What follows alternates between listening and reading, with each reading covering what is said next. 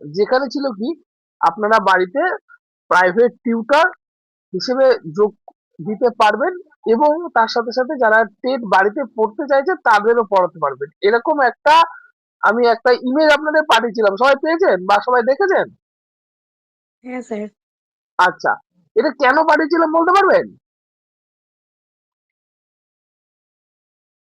কেউ বলতে পারবেন যে এটা কেন পাঠিয়েছিলাম? স্যার এটা পাবলিসিটির জন্য নিজের। হ্যাঁ, নিজের পাবলিসিটির জন্য। এটা আমি বলে দিই, নাহলে আপনারা কেউ বুঝতে পারবেন না, সবাইকে বলছি। আমি এটা পাঠিয়েছিলাম যে আমি আমার ফোন নাম্বার দিয়ে, এবার আপনারা কি করবেন, আপনারা যারা কাজ খুঁজছেন বা যাদের পড়া হয়ে গেছে, ইন্টারভিউ দেওয়া হয়ে গেছে এবং অপেক্ষা করছে আপনাদের আসন্ন রিক্রুটমেন্টের জন্য, তাদের জন্য বলি যে তারাই আমাদের কেউ, তাদের মধ্যেই কেউ আমাদেরকে বলেছিল যে স্যার এই সময় তো ইন্টারভিউ দিয়ে বসে আছি, এইবার এই টাইমটা কি করব যতদিন না আমাদের রিক্রুটমেন্ট শুরু হচ্ছে। তা তাদের জন্য বলি, মানে যারা ইন্টারেস্টেড আছো তাদের জন্যই বলছি যে তোমরা চাইলে না বাড়িতে এবং বাড়ির বাইরে, যেমন আমি ওখানে লিখেছি অফলাইন এবং অনলাইন, মানে তোমরা অনলাইনেও পড়াতে পারো চাहे অফলাইনেও পড়াতে পারো। যেটা আমি তোমাদেরকে করছি এটা অনলাইনে পড়াচ্ছি, এটা করতে করতেও তো আমাকে অনেকটা কষ্ট করতে হয়েছে। এবার তোমরাও দেখো তোমরাও এই জিনিসটাকে কতটা প্রোভাইড করতে পারো। তার মধ্যে প্রথম ওটা হচ্ছে আমাদের হ্যান্ডবিল। চাইলে তোমরা একটা প্রিন্ট আউট করে তোমরা রেডি করতে পারো, তোমরা তোমাদের মতো করে করবে। এবং আমি বলবো যে এই এডু টিচার আমার ফোন নাম্বার যেখানে দেওয়া আছে ওখানে তোমার নাম তোমার ফোন নাম্বার দেবে। Am I clear to everyone? সবাই বুঝতে পেরেছো কি বলতে চাইছো? যারা কোনো কাজের সাথে যুক্ত না, যেমন জয়শ্রী, জয়শ্রীর জন্য এটা না। রিয়া, রিয়ার জন্য এটা না। এটা কাদের জন্য? আবার মৌসুমীর জন্য না। এখানে রিম্পা আছে, রিম্পা যদি চায় তাহলে এ মানে এই জিনিসটাকে করতে পারে বা এই জিনিসটা কাজে লাগাতে পারে, এই উদ্দেশ্যে আমি এটা আজকে পাঠিয়েছিলাম যে আমার কাছেও যদি কোনো ক্যান্ডিডেটের ফোন আসে তাহলে আমিও যে ডিস্ট্রিক্টে হবে সেই ডিস্ট্রিক্টে আমি তাকে পাঠিয়ে দেবো। ঠিক আছে? কেননা একটা জিনিস দেখেন, আপনি আপনার লোকালে আপনার পাবলিসিটি বেশি, সেখানে আমার সেখানে কোনো পাবলিসিটি নেই। ঠিক আছে? বলতে পারলাম জিনিসটা? কারো কোনো কোশ্চেন থাকলে আমাকে করবে, হ্যাঁ? Anybody have any question regarding this? কি করে কি করব বুঝতে পারলাম না, বললেন। বলে দিচ্ছি ব্যাপারটা। ধরুন আপনি ইন্টারভিউ দিয়ে বসে আছেন বা আপনার তো এখনো ইন্টারভিউ ডেট আসেনি, তা না। এখন বাড়িতে বসে আছেন, তা হ্যাঁ। ইলেকশন মোটামুটি 90 দিন সময় নিয়ে নেবে। ঠিক হ্যাঁ। আছে? এখন হ্যাঁ। চলছে mainly session, academic session. Academic হুম। সেশনের ক্যান্ডিডেট গুলোকে বা স্টুডেন্ট গুলোকে আপনারা এখনই পেয়ে যাবেন। হুম। আপনি পড়াতে পারেন বা পড়াতে চান, আমাদের কাছে কি, আমাদের কাছে 1 to মাস্টার ডিগ্রি পর্যন্ত আমরা সব পড়াতে পারবো, আমাদের কাছে সব মানে ফ্যাকাল্টি আছে।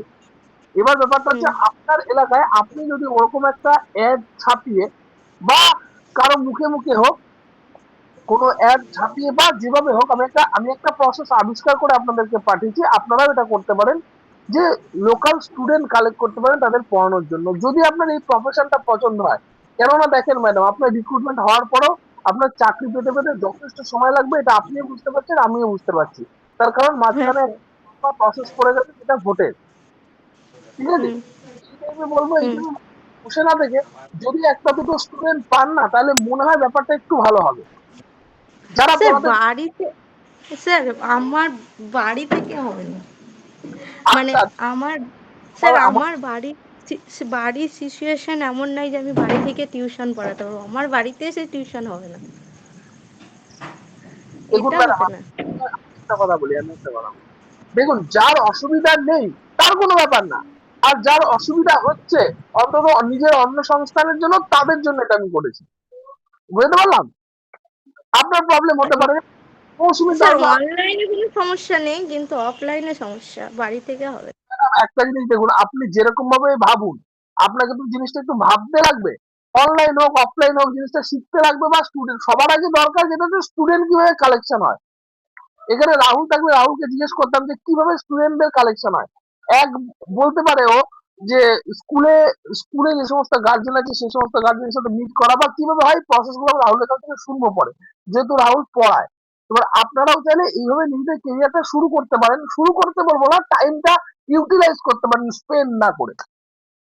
বুঝতে পারলাম জিনিসটা? এবার যার যার নিজের পার্সপেক্টিভ থেকে সে নিজে নিজে নিজের মতো করে সেট করে নেবে।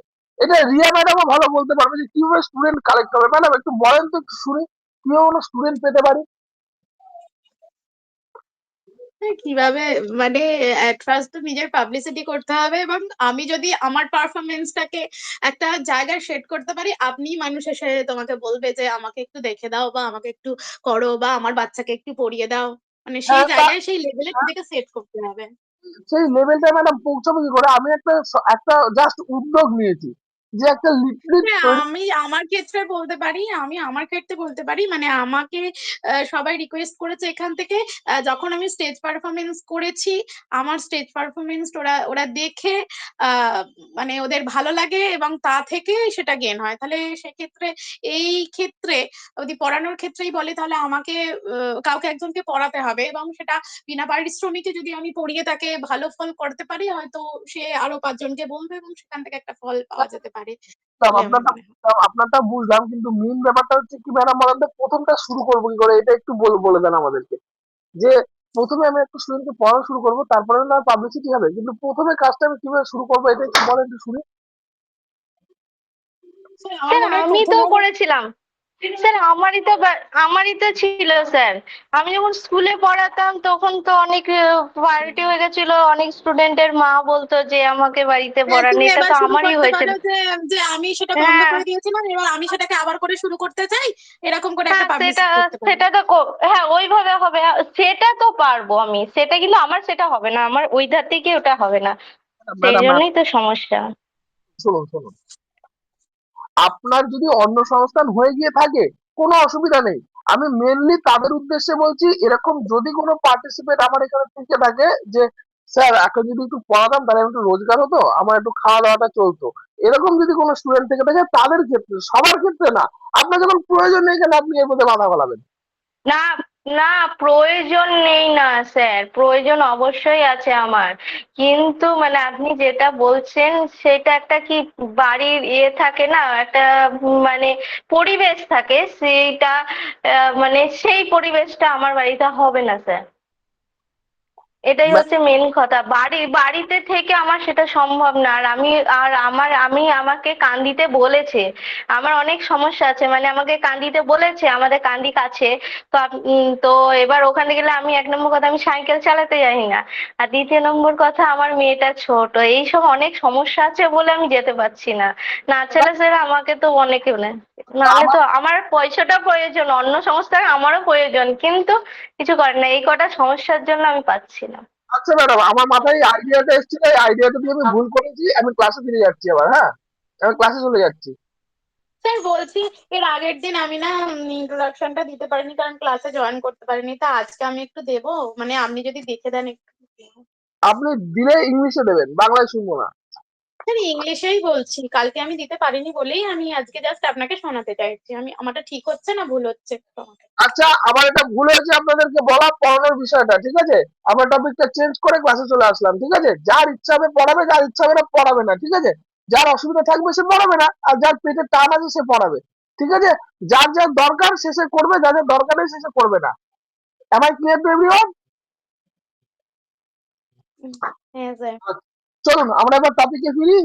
রিয়া ম্যাডামের কাছে ইন্ট্রোডাকশন ইয়োরসেলফ ইন ইংলিশ সবার আগে শুনবো, তারপরে আমরা টপিকে ফিরছি আবার। বলেন। ঠিক আছে স্যার, চেষ্টা করছি স্যার।